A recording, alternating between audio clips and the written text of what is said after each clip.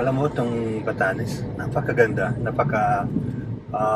serene, napaka-preserved siya. Pero isang napapansin ko dito, yung mga tao, they're contented to what they have. Parang ang laki pa ng area to improve their life, to improve yung ordinary lives. Kasi pansin mo, most of them are employed, so that's good. But then employment alone is not, to me personally, it's, if you really want to pataasin mo yung antas ng buhay mo, is you go for entrepreneurship or mag-venture ka into something na kaya mong palakihin. Hindi lang yung nakadepende ka sa isang minimum wage that the employer or the government is giving you. So sabi ko nga, parang ang ganda sana kung one day itong Batanes, bigyan mo ng i-support mo yung mga like fisherman. Imagine, Batanes an island, dito sa dito sa dagat, napakadaming isda.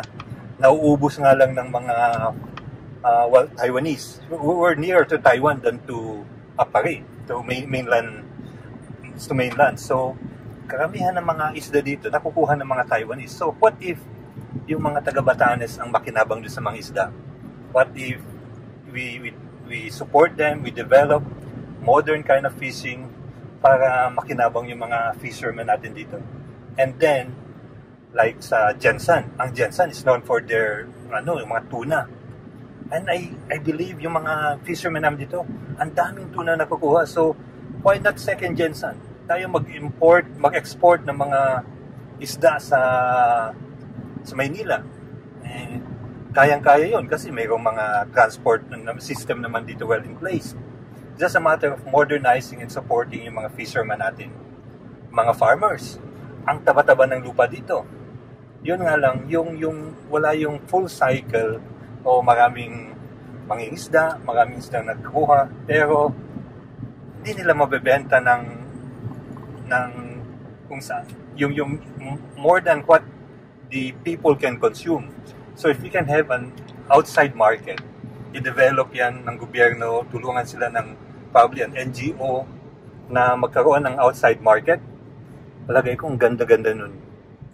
And then mga farmers nga, kung yung produce ng mga farmers dito, export din natin sa mainland, palagay ko mas marami ang maiinganyo na aside from the employment that the government is giving, mainganyo na magsaka. Kasi by nature, masisipag talaga ang mga taga-Batanes.